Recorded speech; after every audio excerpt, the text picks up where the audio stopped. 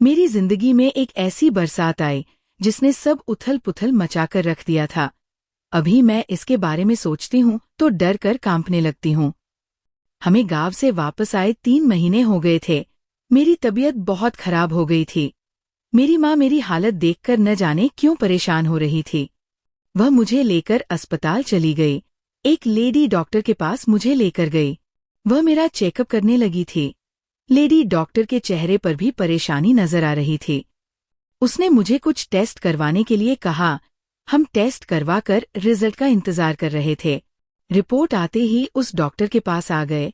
Doctor उसे देखते ही परेशान होने लगी, कहने लगी, आपकी बेटी तो माँ बनने वाली है। ये बात सुनते ही मेरी माँ के चेहरे में घबराहट नजर आ रही थी। मेरी माँ बोली, मेरी बच्ची तो बिल्कुल नादान है, वो और लड़की जैसी नहीं है। 17 साल की है मगर उसका दिमाग बच्चों जैसा है। उसे इन सब चीजों के बारे में नहीं पता, फिर ऐसा कैसे हो गया। डॉक्टर भी काफी सोच में पड़ गई थी। उसने कहा, आपकी बेटी से घर जाकर सब पूछे, उसके ऊपर गुस्सा ना करे। सब कुछ प्यार से पूछे तो शायद आपको पता लग जाएगा कि बच्ची का बाप कौन है। मेरी माँ मुझे लेकर वापस आने लगी थी। ऑटो में बैठी बैठी आंसू बहा रही थी। माँ ने कहा, बेटा तेरे साथ बहुत बुरी बात हो गई है। तुम माँ बनने वाली हो और हमें ये नहीं मालूम कि बच्चे का बाप कौन है। मैंने कहा, माँ बनना बुरी बात है क्या? माँ ने कहा, नहीं बुरी बात नहीं है, लेकिन ये सब शादी के बाद होता है। तू तो खुद ही बच्ची है, अपने बच्चों को कैसे संभालेगी। अब माँ की बात सुनकर मेरी आंखों में आंसू आ गए। ये दुनिया मुझे बच्ची समझती है, पर क्या मैं सच में बच्ची हूँ या बड़ी हो चुकी हूँ? कहीं ऐसा तो नहीं लोग मुझे बच्ची समझते हैं और अंदर ही अंदर मैं बहुत बड़ी हो चुकी हूँ, बहुत समझदार हो चुकी हूँ।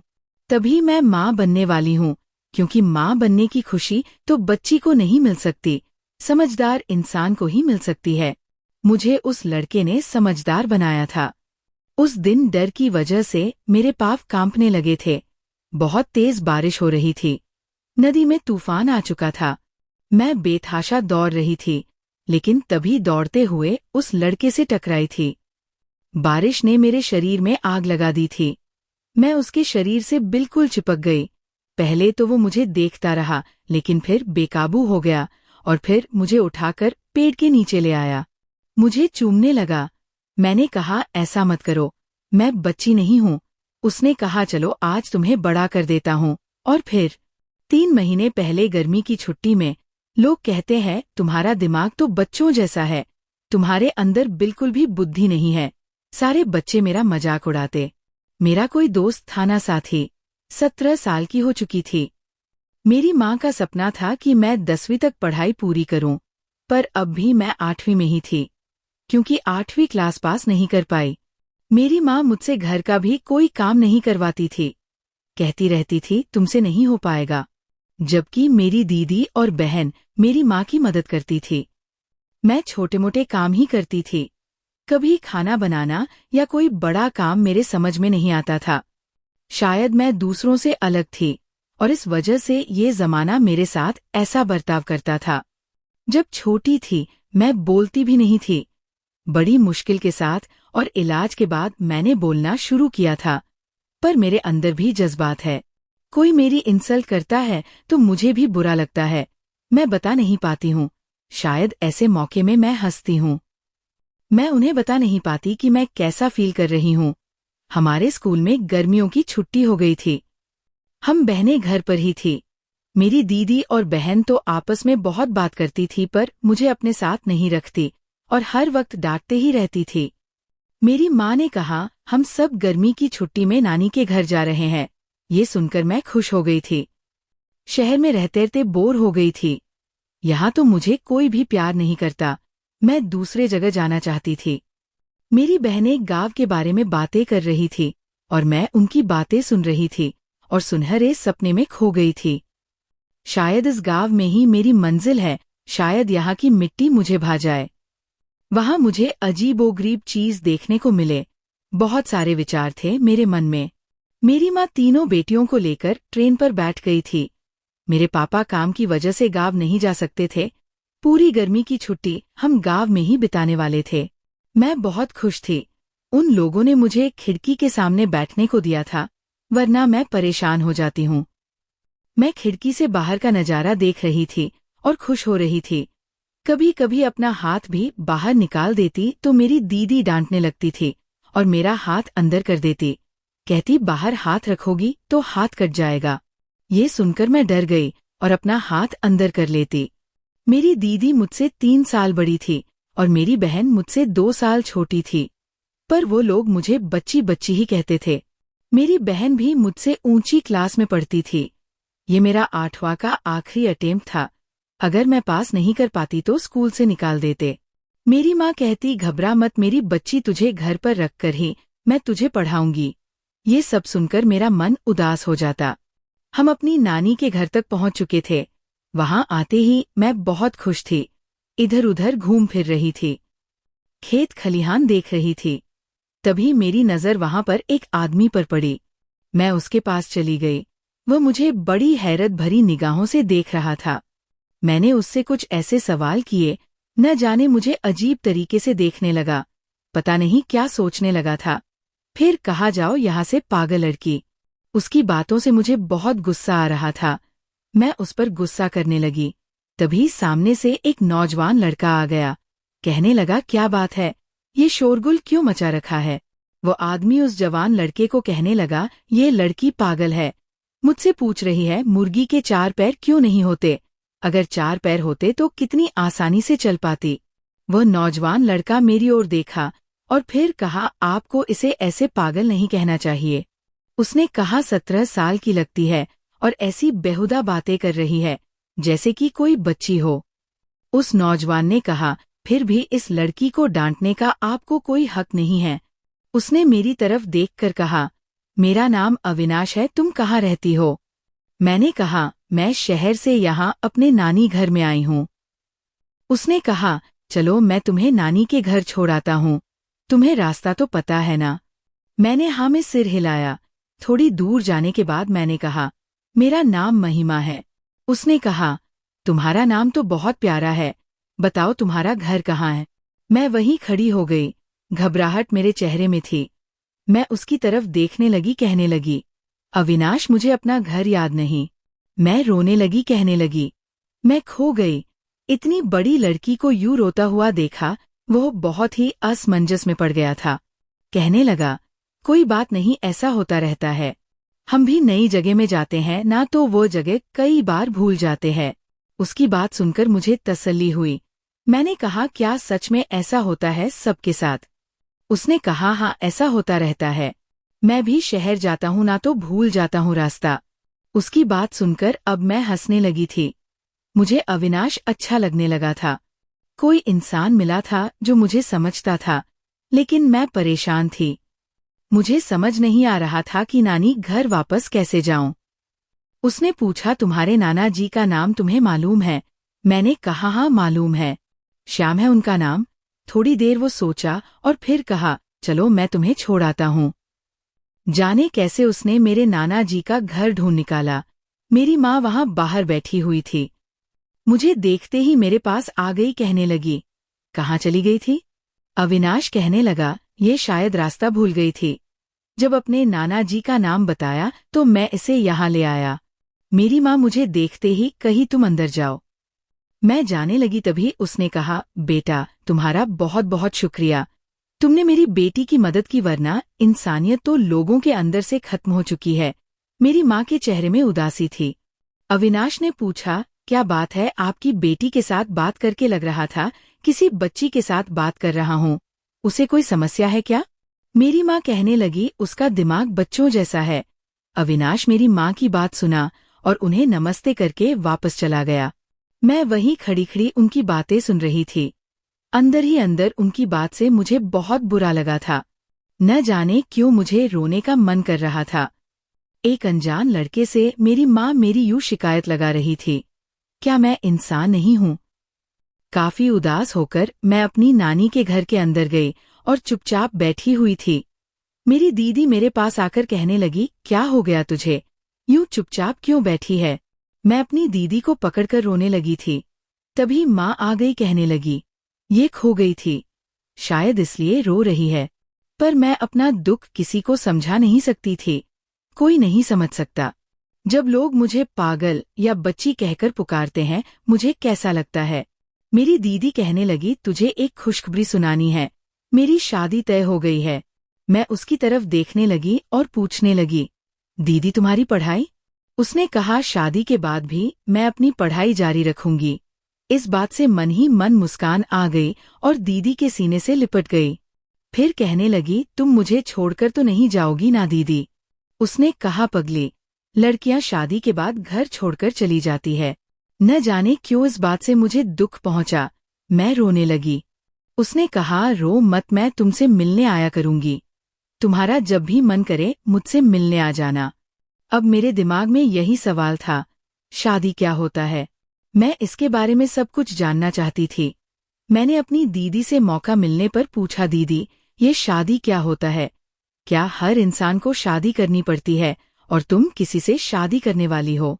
मेरी दीदी ने कहा, लड़का और लड़की आपस में शादी करते हैं और फिर वो लोग अपना घर बसाते हैं, उनके बच्चे होते हैं। शादी करना जरूरी नहीं है, तुम चाहो तो शादी नहीं भी कर सकती हो। मैं सोचने लगी, मुझे अपना घर नहीं बसाना, मुझे बच्चा नहीं चाहिए। दीदी कही, क्या सोच रही है? मैंने कहा, दीदी मुझे शादी नहीं करना। अगले दिन सुबह मैं उठी तो मेरी माँ ने कहा, बेटा ज्यादा दूर इधर उधर मत जाया कर। फिर न जाने क्यों मुझे क्या हो गया था, मुझे बाहर जाना था। ये कोई शहर नहीं, गांव है। यहाँ पर एक अलग ही जिंदगी है। मैं ये जिंदगी जीना चाहती थी। मैं उस नौजवान लड़के अविनाश से मिलना चाहती थी, जिसने मेरी मदद की थी, मेरा मजाक नहीं उड़ाया था। सबकी नजर बचाकर मैं घर से फिर से भाग गई और आसपास घूमने फिरने लगी थी। कभी किसी बच्चे के पास जाती तो कभी किसी आदमी के पास, इधर उधर भटक रही थी। अचानक मेरी नजर सामने एक दुकान पर पड़ी जहां मिट्टी के ढेर सारे बर्तन थे। मैं दौड़ती हुई वहां गई और मिट्टी के बर्तन बड़ी हैरत से देख रही थी। सामने शायद मिट्टी बनाने का सामान भी मौजूद था। मैं सामने जाकर खड़ी बड़ी हैरानी भरी निगाहों से देखने लगी। तभी कोई दुकान के अंदर से बाहर निकल आया। मैं काफी डर गई, घबराहट से भागने वाली थी कि अचानक पीछे से आवाज आई, रुको, महिमा कहाँ जा रही हो? पीछे मुड़कर देखा तो अविनाश खड़ा था। मैंने कहा, ये दुकान तुम्हारी है क्या? उसने कहा, हाँ, मैं मिट्टी के बर्तन बनाता हूँ। तुम्हें मिट्टी के बर्तन बनाना आता है क्या? मैंने अपना सिर ना में हिलाया, कहा, मुझे नहीं आता। उसने कहा, तुम सीखना चाहोगी। ये सुनकर ही मैं खुश हो गई। अविनाश मुझे मिट्टी के बर्तन बनाना सिखाना चाहता है। लोग तो मुझे कोई काम नहीं करने देते, मुझे भगा देते हैं। मैंने कहा, हाँ, मैं सीखना चाहती हूँ। उसने कहा, आओ यहाँ बैठ जाओ। मैं जाकर बैठ गई। वो मेरे पीछे आकर बैठ गया और मेरा हाथ पकड़ लिया। उसके एक स्पर्श से ही मेरे बदन पर गुदगुदी मचने लगी थी। मैं मदहोश होने लगी थी। ऐसा एहसास इससे पहले कभी ना हुआ था। वो मेरे बिल्कुल करीब आकर बैठ गया। उसकी सांसें मेरे गर्दन पर महसूस करने लगी। मेरी सांसें भी तेज होने लगी थी। मेरा हाथ पकड़कर वो मिट्टी के बर्तन बनाना सिखाने लगा। मैं काफी खुश हो गई थी। जैसे ही बर्तन बन जाता, खुशी से मेरा चेहरा खिल उठता। अविनाश उस बर्तन को अलग रख देता। मेरी खुशी को देखकर अविनाश ने कहा, मेरे साथ रहोगी तो तुम्हें हर तरह का काम सिखा दूंगा। मेरे हाथ में मिट्टी लगी हुई थी और उसकी खुशबू लेने लगी थी। मैं जिंदगी की खुशबू लेने लगी थी। ये खुशबू अविनाश मेरी जिंदगी में घोल रहा था। वह मुझे कभी गन्ने के खेत में ले जाता, गन्ने काटना और छिलना सिखाता तो कभी गांव के कुएं में ले जाता, कुएं में पानी निकालना सिखाता तो कभी मुझे चूल्हा जलाना सिखाता तो कभी खीर बनाना। हर चीज वह मेरे हाथ पकड़कर सिखाता। इतने प्यार से मुझे आज तक किसी ने कुछ भी नहीं सिखाया था। मुझे अविनाश अच्छा लगने लगा था। पहली बार मुझे कोई मेरा दोस्त मिला था। कभी कभी मजाक मजाक में मेरा कमर पकड़ लेता तो कभी मेरी पीठ थपथपा देता, कभी हाथ पकड़कर कहता, ये बात किसी से मत कहना। एक दिन मैंने उससे पूछा, आखिर तुम मुझे ये बात किसी को बताने से क्यों मना करते हो? तो कहने लगा, लोग गलत समझेंगे। एक लड़का और लड़की की दोस्ती लोग गलत समझते हैं। मैंने कहा, पर लड़का और लड़की तो आपस में शादी करते हैं, वो भी धूमधाम से बैंड बाजे के साथ शादी करते हैं। उन्हें तो कोई गलत नहीं कहता। इस बात से अविनाश हंसने लगा, कहा, तुम बिल्कुल सही कह रही हो। आपस में बात करो तो गलत, लेकिन धूमधाम से शादी करो तो सही। इस जमाने का नियम बड़े ही अजीब है। समय बीतता गया और मेरे घर जाने का वक्त नजदीक आ गया था। तभी गांव में बारिश शुरू हो गई। बहुत तेज बारिश होने लगी थी। एक दिन मैं बाहर निकल गई। बाहर बारिश नहीं हो रही थी, घने बादल छाए थे। मैं सोची अविनाश को ढूंढती हूँ, पर न जाने क्यों अविनाश मुझे कहीं नहीं मिला। तो मैं सोची नदी किनारे जाकर देखती हूँ। नदी के किनारे जाते जाते तेज बारिश शुरू हो गई थी। मैं दौड़ती हुई नदी के किनारे जाने लगी थी, पर नदी का मंजर देखकर मेरा सीना जोर जोर से धड़कने लगा था। नदी में इतना पानी पहले मैंने कभी नहीं देखा था। मैं डर के मारे घर की ओर भागने लगी थी। तभी तेज बारिश में मेरे कदम बहुत धीरे धीरे चल रहे थे। बादल गरजने लगे थे और ये प्रलय देख मेरा दिल बहुत जोर से कांप रहा था। दौड़ते हुए मेरा पैर फिसल गया। मुझे जोर से चोट आई। मैं रोने लगी। मुझे तो किसी भी हाल में घर जाना था। मैं उठी और उसी हाल में चलने लगी। मुझे चोट आई थी। मैं जोर जोर से रो रही थी। कुछ समझ में नहीं आ रहा था घर तक कैसे पहुंचे, और तभी रास्ते में मैं अविनाश से टकरा गई। अविनाश मुझे उस हाल में देखकर सर से पांव तक घूरने लगा था। मेरे गीले बदन को देख रहा था। मैं डर के मारे अविनाश से लिपट गई। न जाने उसे क्या हो गया। उसने कसकर मुझे अपने बाह में भर लिया था।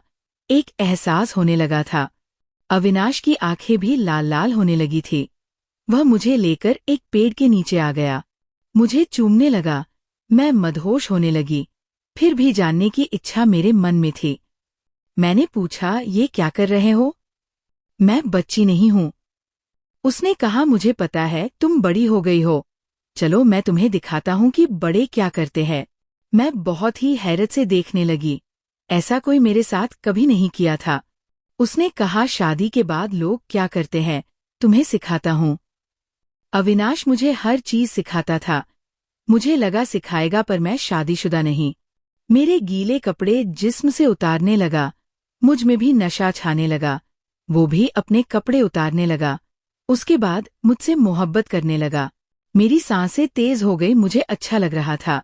डर और आनंद दोनों भाव थे। उसने कसकर पकड़ लिया। मुझे दर्द होने लगा था। मैंने कहा, अविनाश मुझे दर्द हो रहा है।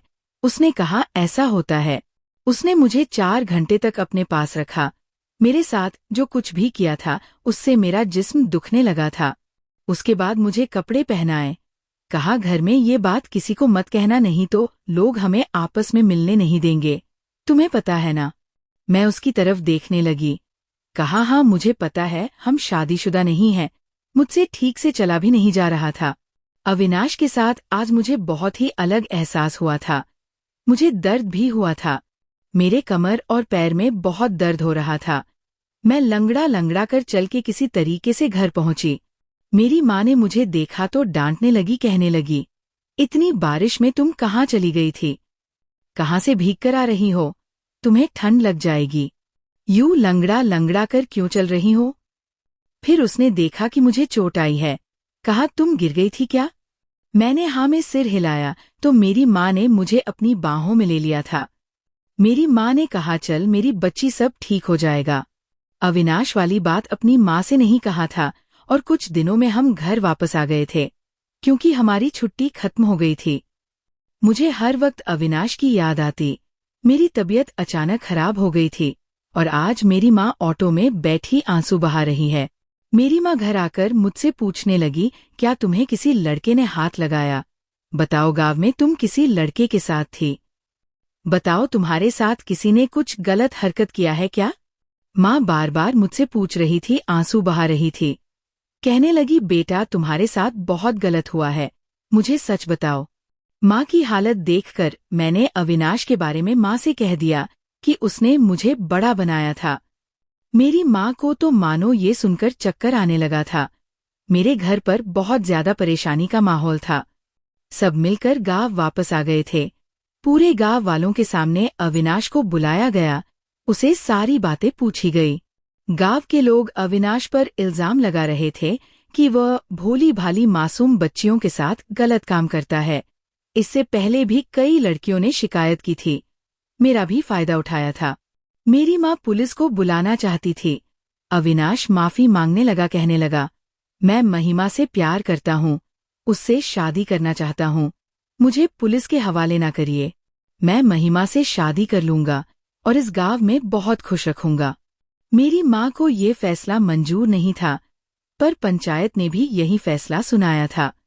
मेरी माँ ने मेरी शादी अविनाश से करवा दी और रोती हुई मुझे छोड़कर शहर चली गई। अविनाश मेरा ख्याल रखने लगा। उसने मुझसे कहा कि मुझे माफ कर दो, ये मेरी ही भूल थी कि तुम इस मुसीबत में पड़ गई। पर अविनाश मुझे हर चीज हाथ में पकड़ पकड़ कर सिखाता, मुझे हर चीज खुलकर बताता, जो चीज मैं पहले समझ नहीं पाती थी, उसके समझाने पर समझने लगी थी। पति पत्नी के रिश्ते के बारे में समझ चुकी थी और अविनाश की मोहब्बत थी कि मैं धीरे धीरे ठीक होने लगी थी। जब मुझे बच्चा हुआ तो मेरी माँ और बहनें मेरे पास आ गई, लेकिन जब मुझसे बात करने लगी तो मैं एक अलग ही महिमा थी। मेरी माँ की आंखों में आंसू आ गए, कहने लगी, तू तो बड़ी हो गई है, लगता है अविनाश ने तेरा बहुत अच्छे से ख्याल रखा। मैंने कहा, हाँ, मैं अविनाश की मोहब्बत में बड़ी हो गई। तो दोस्तों, आज की कहानी आपको कैसी लगी हमें कमेंट बॉक्स लिखना ना भूलें। ऐसी और भी वीडियो के लिए हमारे चैनल को सब्सक्राइब करना ना भूलें। मिलेंगे फिर एक नई वीडियो के साथ, तब तक के लिए धन्यवाद।